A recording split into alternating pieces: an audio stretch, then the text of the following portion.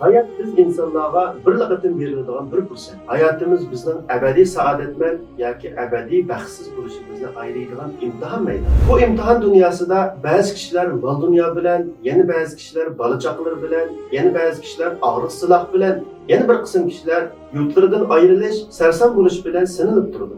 Hatto ba'zi kishilar ne'matlar bilan siniladi. Mol dunyoga erishish, bola chaqasining ko'p bo'lishi, ilm ma'rifatli bo'lish, jamiyatda hurmat qozonish deganga o'xshash hamma kishi yaxshi ko'radigan va intiladigan sifatlar bilan siniladi. أعوذ بالله من الشيطان الرجيم. أيها الذين آمنوا لا تلهكم أموالكم ولا أولادكم عن ذكر الله ومن يفعل ذلك فأولئك هم الخاسرون.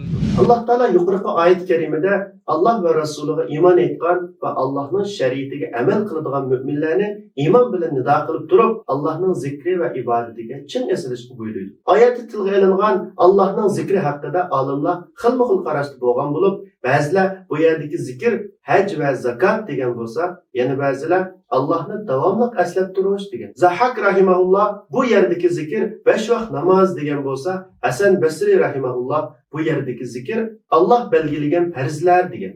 Mayli qaysi xil qarash bo'lishidan qat'iy nazar bu oyatda Alloh taolo bizni mol dunyo va bol chaqaga haddidan ziyoda berilib ketib, Allohni unutib qolishdan to'sgan. Chunki ibodat insonning yaratilish g'oyasidir. Uningdan boshqa ishlar bo'lsa, hayotni osonlashtirishning vositalari hisoblanadi. Albatta inson mol dunyo va bola chaqani yaxshi ko'radigan fitrat bilan yaratilgan. Shundaqla iqtisodiy ahvolni yaxshilash, haloldan ishlab yeyish, hatto Allah boylik ato qilganda uning ta'sirini namoyon qilish, shundaqla oila qurish, oilani hurmatlash va bola chaqani yaxshi ko'rish qatorliq amallar dinimiz tarafidan targ'ib qilingan. Lekin bu vositalarni o'z o'rnida qo'ymaslik, ya'ni vositalarni g'oya qilib olish yoki vosita uchun g'oyadan, asli maqsaddan voz kechish bir mo'minga nisbatan mag'lubiyat yo'lining echilishidan derak beradi. Chunki bizning eng buyuk g'oyamiz Allah va Rasulining roziligi. Alloh taolo bu yerda bizni g'oya bilan vositani almashtirib qo'ymaslik va eng muhimini a'lo bilishga chaqirdi.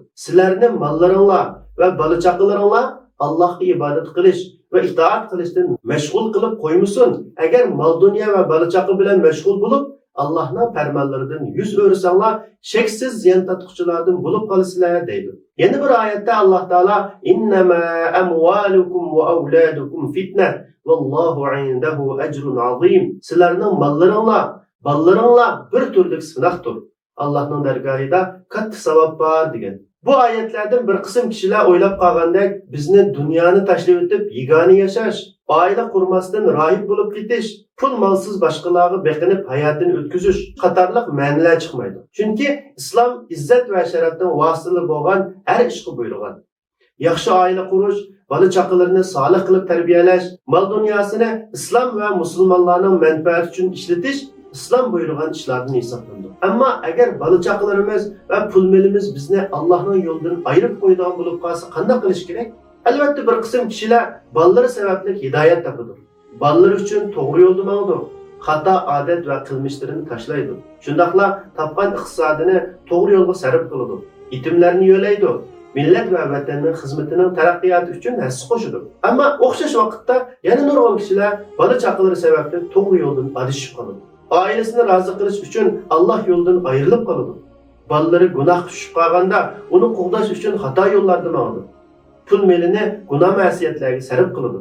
Oxirida ularning bola chaqalari va topgan mol dunyosi halokatga tushib qolishiga sababchi bo'ladi. Mana shunday vaqtda Allohning zikridan ayrilib qolmaslik, Allohning shariatiga chin esilish bizning ziyon tatquchilardan bo'lib qolmasligimiz uchun berilgan ta'limotdir. Bunda ahvolda ikkilanmasdan Alloh va Rasulining yo'lini tanlash, uning muhabbatini birinchi o'ringa qo'yish har birimiz diqqat qilishimiz kerak bo'lgan muhim ishlardan biri. Oxirida ulug' Alloh hammamizga yaxshi oila muhiti yaratish, ayollarimiz ve balçaqlarimizni Allah ve Resulünün ko'rsatmalariga amal qiladigan, Allah ve Resulünü yaxshi ko'radigan holatda tarbiyalashga nasib qilsin. Pul mollarimizni haloldan topadigan ve Allah Resulünün roziligiga erishtiradigan amallarga sarf qiladigan mo'minlardan bo'lishga nasib qilsin.